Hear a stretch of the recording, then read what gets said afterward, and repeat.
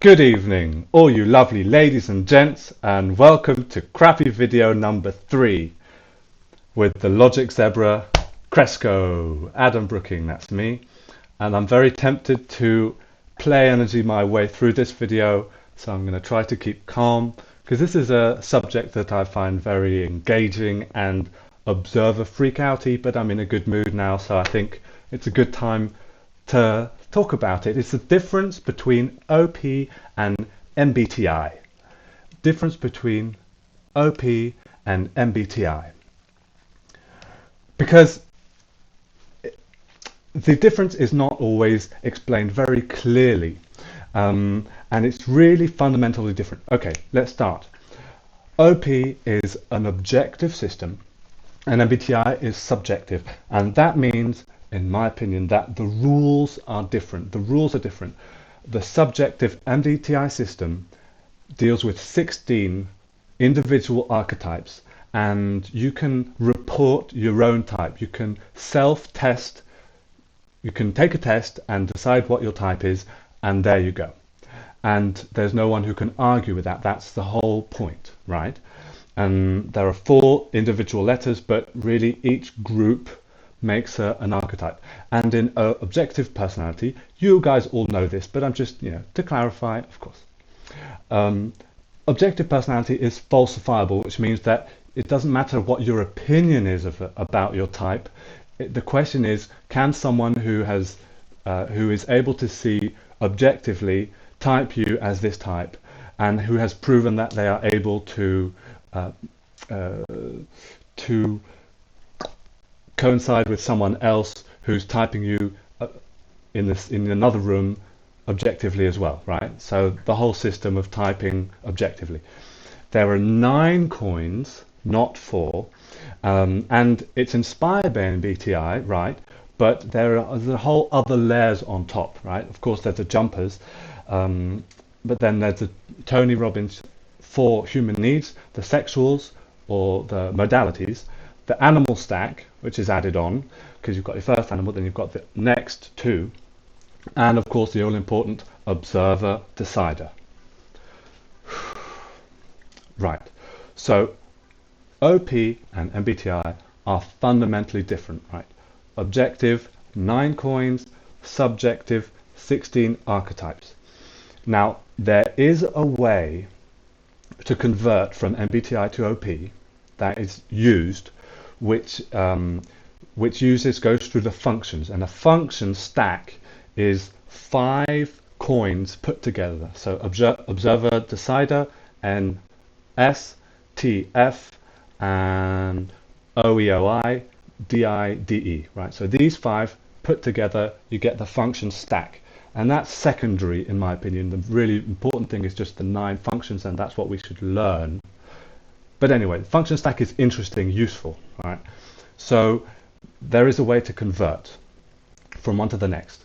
Now let's see in this most recent Mark Zuckerberg lesson how that is used, because depending on context, well, okay, I'll just show you. On with the video. Fuck. Okay. Crappy video number 3. Good. Okay, so you're kind of subjectively thinking possibly back in the day like INTJ. So let's get to know him. Let's open. INTJ, possibly INTJ. What does that mean in the context of OP? So back in the day, that's just its own archetype, like introvert, intuitive, thinking, judging, right? Judging. But in OP, INTJ means IJ, which is an observer, plus the human need of organizing, which we symbolize as OI. And it has the function stack NI and TE, right? INTJ. Or they've got the jumpers. The jumper, shout out to Jumper, my man. NI-FI, right? So an INTJ jumper could be F savior, NI-FI, right? But in this context, it means the archetype. Mark Zuckerberg was the archetype of INTJ. You all know this. This is for clarity. Okay, secondly, it's used for meaning introvert, right? Okay, introvert in general. In OP, introvert in general, it actually has another meaning. You have introvert in general is just S and C in the first three animals. So, okay, you've got your three animals in your animal stack, plus the fourth one, which is obvious. If the first three have sleep and consume in it, then you're an introvert, technically speaking. And if you have play and blast in the first three, you're technically an extrovert. So you could be an extrovert and also be an OP INTJ. How? Here's an example. Your NITE function stack, blast, play, consume, sleep, and let's say you're double masculine. Now that would mean you're actually very extroverted, one of the most extroverted types, but you're still INTJ. Observer freakout, I know. I know, okay. In context, it's clear, and so it's just a thing you can learn, but I find it rather confusing, whatever. Okay, little interlude. I think this is funny. I'd like you to see this. During this lesson, Shan is going to explain the next clip that she wants to show for the class, and Dave interrupts her and just starts saying what he wants us to show, even though Shan was actually showing him something, because this is just, well, this is the way I'm interpreting it. Dave, as being a blast above consume, actually consume last, he just always has something extra to say. And this is just how he is. I mean, he can't help it. It's funny. But then Shan notices this and gives us a little look like, okay. And I love that. That's just real couple life. Like they both have that. You just sort of see the other person's flaws and just laugh about it and love them for that. So just nice to look at that. Watch that. Open up this first clip and you can tell me, now that you have all of this understanding of typing, and our opening moves are generally along the lines of like extrovert, ambivert, introvert, or observer decider. So you can should use be talking those. about the systems. Interruption. And look at I looked at. Not so much about the people, more about the systems, Dave the blows, blast, procedures, blast, blast. Right. Okay. the trends. Just rolling how with long. it. It's great. I love that. I mean, I think they're great. Okay. So what was I saying? Interlude finished. What was I saying? Okay. I'm a single observer, so I know this is stupid. And just depending on context, you know exactly what's happening. But still, I find it kind of confusing. I think it could be improved, and it might be worth not using MBTI types when we could avoid it.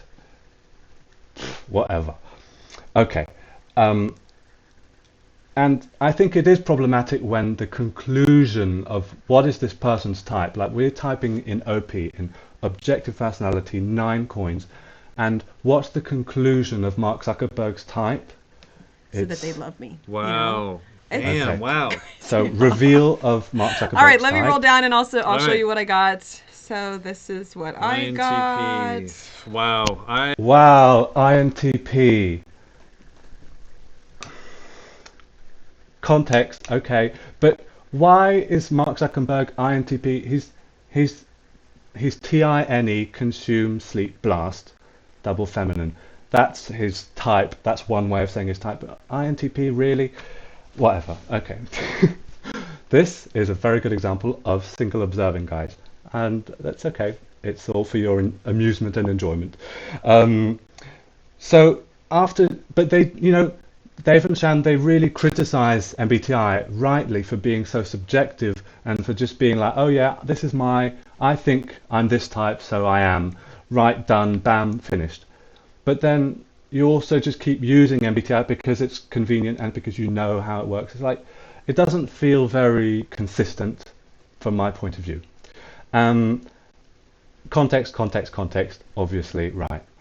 Okay, just a last example, and then you can go. Just riddle me this. Dave is an INTJ, right? INTJ in OP terms. Introvert, except he's sleep blast play, so actually he's an extrovert, and he does not have NT temperament, he has NF temperament. Right, okay. And Shan is ENTJ, so not INTJ, ENTJ, just one letter difference. But she's actually an introvert because she's play, consume, sleep, and she's not NT, she's ST. Why? Okay. So I just find that weird. Who cares? Uh, so, conclusion. I think we could do better, right? I think we could really do better, and maybe we could avoid using MBTI terms while we're talking in OP, objective personality, just because it's kind of confusing for the observers, for some observers out there, I guess. Just my opinion. And secondly, wouldn't it be really cool if we could have our own unique notation system that's unique to OP and that really sets apart the difference between OP and MBTI to make it really clear to newcomers that we're not talking about the same ball game here. It's really a whole different story. And maybe something that uses the 9 coins, just throwing that out there, not using the functions, because the functions mix coins together, so that's confusing too. You know, really want to have just the 9 individual coins. So that's it for today. Crappy video number 3, and that's done. I hope you enjoyed a little bit of drama. I'm very curious to hear what you have to say about it. Au revoir. I hope you have a wonderful day, and you guys are really awesome. So, bye. Cresco out.